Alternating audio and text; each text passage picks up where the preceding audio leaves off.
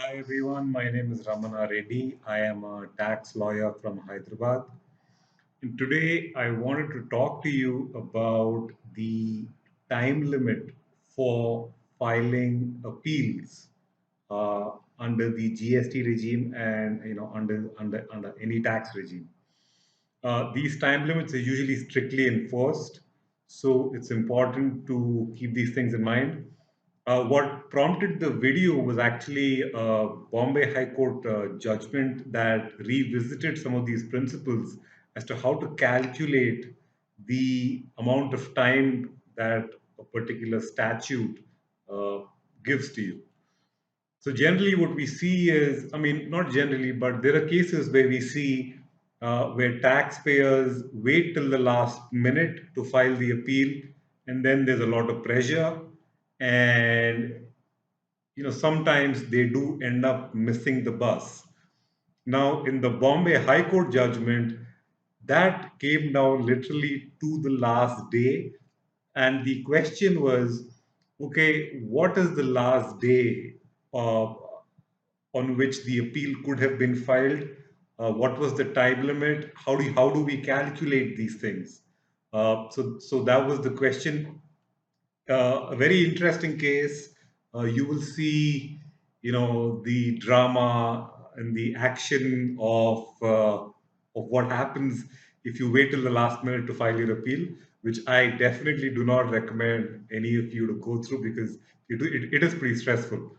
So the Bombay High Court judgment provides a good, a good blueprint of what not to do, but also uh, because the case went down, to the wire, the court revisited a lot of principles as to how to calculate these things, So let's jump to my screen, and I'm going to show you a few principles first as to, the principles that actually color or that serve as the background for the facts of the case, and then we'll go to the actual facts, and then we will look at the limitation under the GST regime. So let's jump to my screen right now. So hi everyone, welcome back. I thought we would just change the sequence a little bit, and let's first look at the section under the CGST Act or under the GST regime. Now, the GST regime provides for a period of 3 months.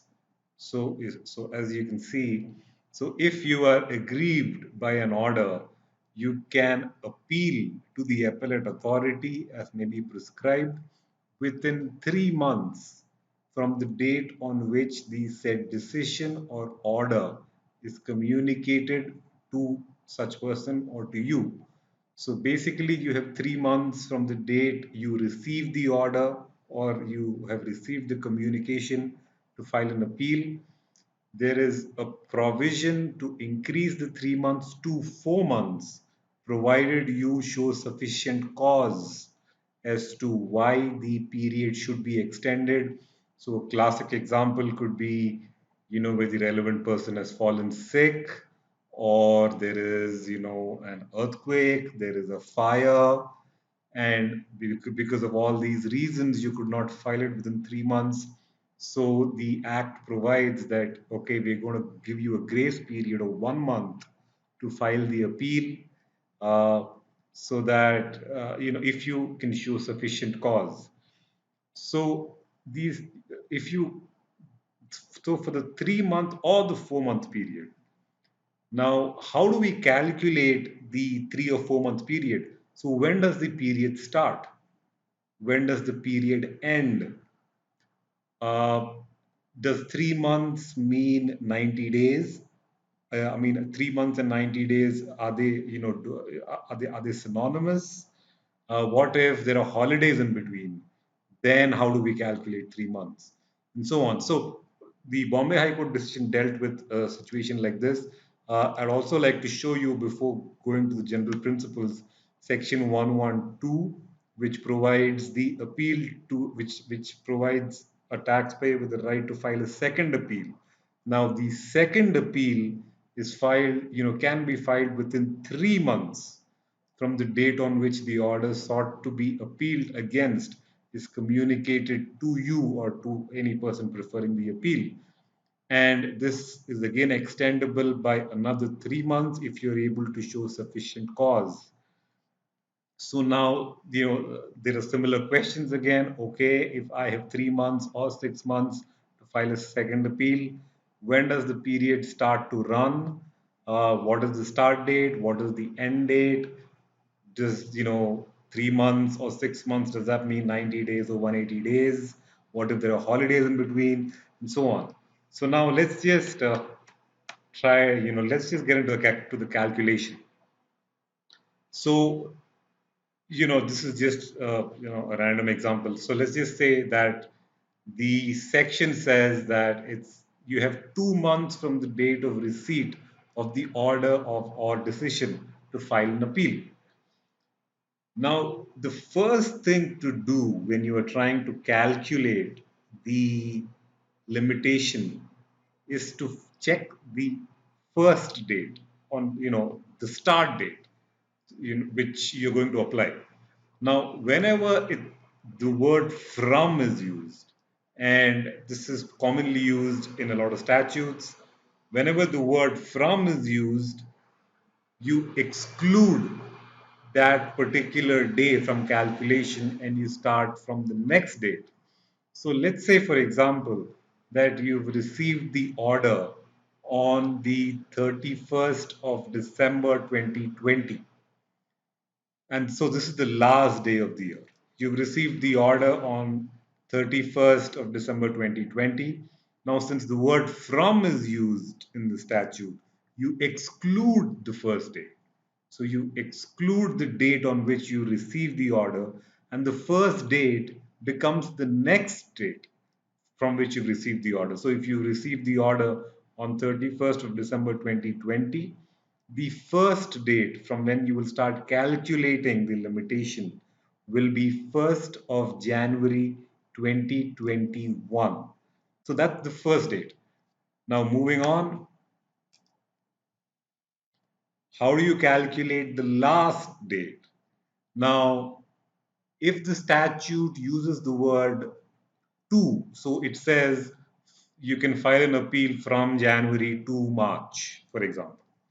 Then, if the word to is used, then that is a strict cap, so you cannot file the appeal after March. But if that word to is not used, then there is some flexibility. So let's to continue with the old example. You receive the order on the 31st of December 2020. You exclude that date. The first date for calculation will be 1st of January 2021. Now you have, let's say, 3 months. I mean, I know that we said 2 months in the earlier slide, but let's just say you have 3 months.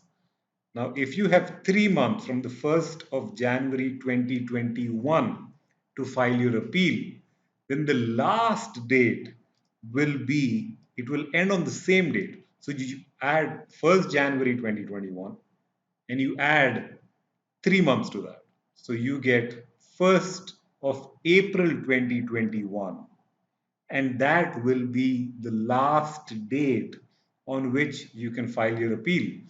But it is possible that the last date is a holiday. Now, if let's say the 1st of April for this particular year is a Sunday. Now, there's no way that you can actually go to a court or you can go and file an appeal before the department on a Sunday because offices are closed. So, what do you do then? So, if it is a holiday, then the last date becomes the next working day. So the next working day, let's say 2nd of April is a Monday. Then on the 2nd of April, you're free to go and file your appeal, and that will be the last date. Now, if you have 3 months, if you miss the bus or if you try to file the appeal after the 2nd of April, then you will have missed the bus and you will not be able to file your appeal. So that is why it is important to keep these principles in mind when you're trying to calculate the limitation period. Now, moving on. Now, I want to highlight this to you because it is important that days and months, I mean, they are different concepts. We all understand that.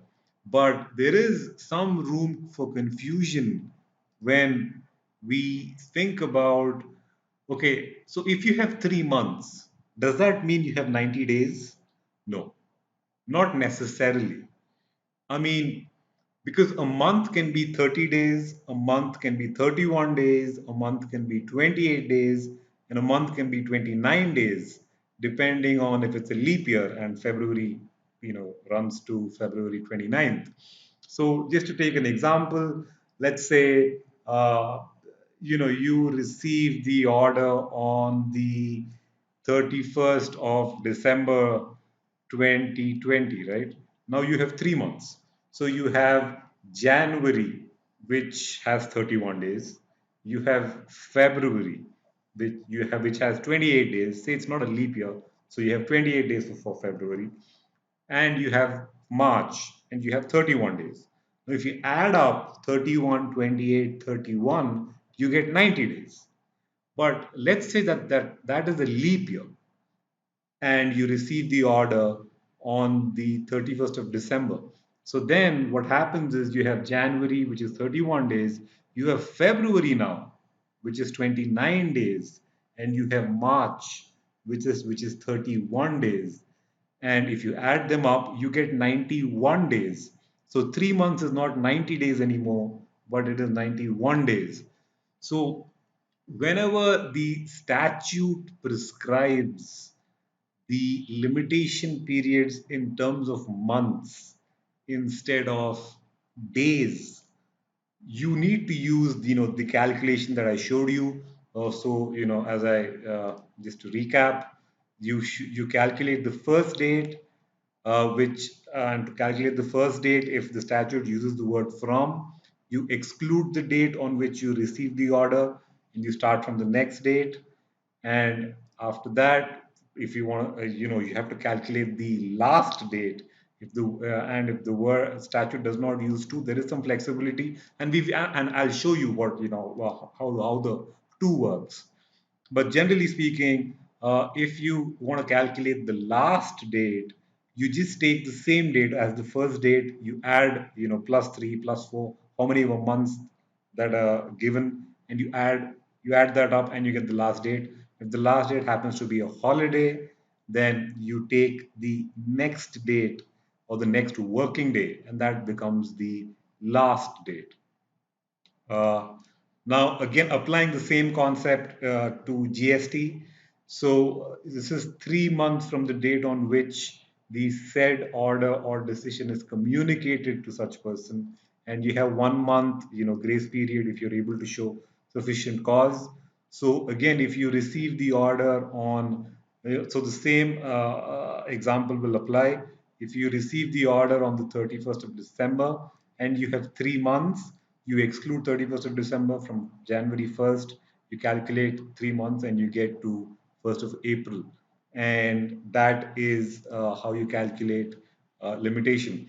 Now, I want to show you the facts of the Bombay High Court because this really came down to the to the very last day and some interesting twists and turns. So here's what happened in that particular case. So the order was received by the taxpayer on the 30th of August 2019. So on the 30th of August 2019 is when the order actually was received by them. And the language there said 2 months from the date of receipt of the decision. So now, as we have, because it uses the word from, and as we have just discussed, you exclude this date. So you exclude 30th, and you start calculating from 31st of August 2019, and this becomes the first day for calculating limitation. Now, to calculate the last date, you just take the same date and you add 2 months. Now, 31st of August, you add 2 months, you get 31st uh, of October. Now here we also had 1 month grace period for as if you were able to show sufficient cause. So if you take the extended limitation, that expires so after 3 months. So you take 31st of August 29 of 31st of August 2019. You add 3 months and you get 31st of November 2019. Now, the problem is there is no 31st of November 2019. There's only 30th of November in 2019. So, what the code reasoned is since the word to is not there, so the cap is not fixed. So, what they did is okay, since 31st of November does not exist, we will calculate the last date on the 1st of December 2019. Now, as it turned out, the 1st of December was a Sunday. Now, because the 1st of December was a Sunday and it is a holiday, and as we've just discussed, you need to take the next date or the next working date, which comes to 2nd of December 2019. So, and it in the facts of the case, it turned out that the taxpayer actually filed the appeal on 2nd of December 2019. So this was the last date, and the Bombay High Court was, the Bombay High Court allowed them to file the appeal. So this one really came down to the last day, and I think this is a good illustration of how to calculate limitations, and also a good illustration of why it is not a good idea to wait for the last day to file your appeal, because I mean, believe it or not, the tax liability in this case was 12 crores. So all you're looking at almost 1.5 million dollars worth of tax that is being demanded. And if you get careless and if you just sit on the order and don't file your appeal, there is a danger that you may miss the bus and you may have to pay up that money, and no court is going to interfere because the court may say, look, you slept over your rights, so why should we come to your rescue? So that's the discussion on how to calculate limitation. If you have any questions, comments, love mail or hate mail, please feel free to put them in the comments. I may not respond to each one of them, but I always read each one of them. So thank you for watching. I hope that was helpful.